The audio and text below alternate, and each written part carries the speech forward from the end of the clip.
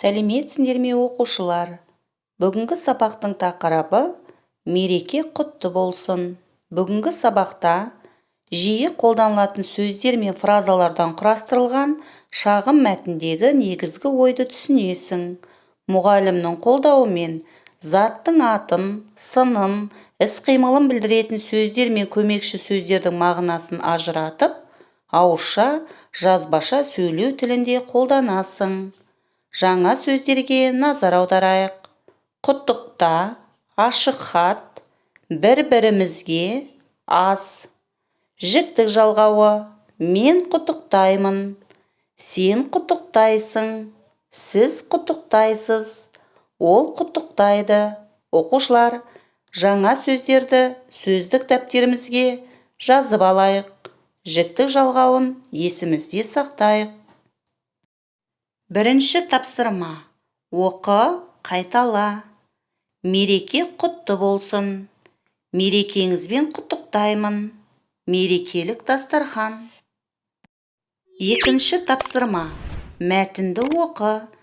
Қимылды білдіретін сөздерді тап.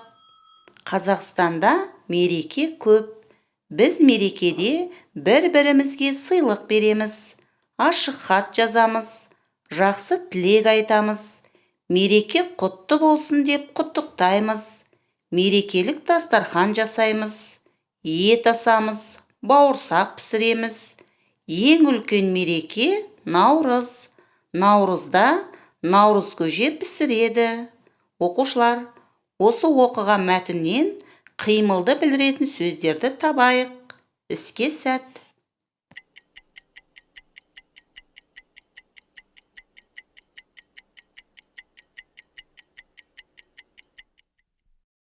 Тапсырманы қалай орындадық? Бірге тексерейік. Қимылды білдіретін сөздер: береміз, жазамыз, айтамыз, құттықтаймыз, жасаймыз, асамыз, пісіреміз, пісіреді.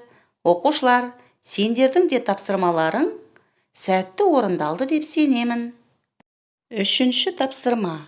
Мәтінді оқып, мерекеде не істейтініңді ретімен айт. Оқушылар, жұмыстарыңа сәттілік тілеймін.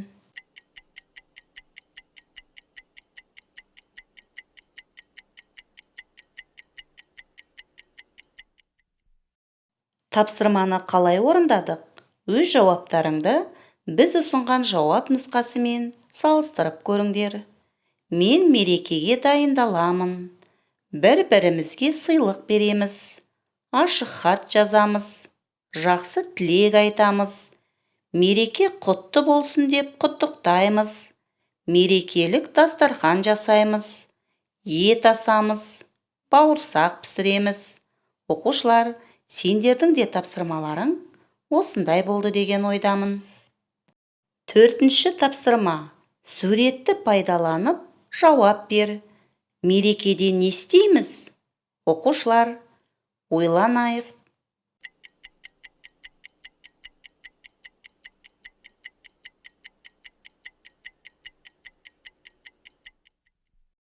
Сұраққа қалай жауап бердік? Жауабын бірге тексерейік. Мерекеде не істейміз? Анамызға гүл сыйлаймыз, салат дайындаймыз, мерекелік дастархан жасаймыз. Оқушылар, сендердің де жауаптарың осындай болды деген ойдамын. Бесінші тапсырма. Дұрыс нұсқасын таңдап жаз. Оқушылар, іске сәт.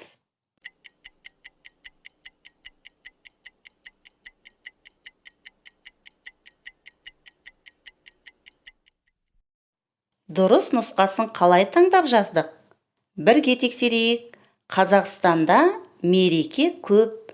Біз бір-бірімізге сыйлық береміз. Ашық хат жазамыз. Мерекемен құттықтаймыз. Ет асамыз. Оқушылар, сендердің де тапсырмаларың сәтті орындалды деп сенемін. Алтыншы тапсырма. Мерекеде айтылатын сөздерді тап.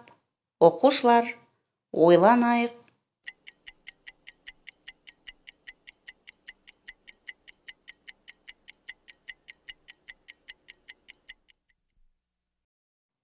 Мерекеде айтылатын қандай сөздерді таптыңдар?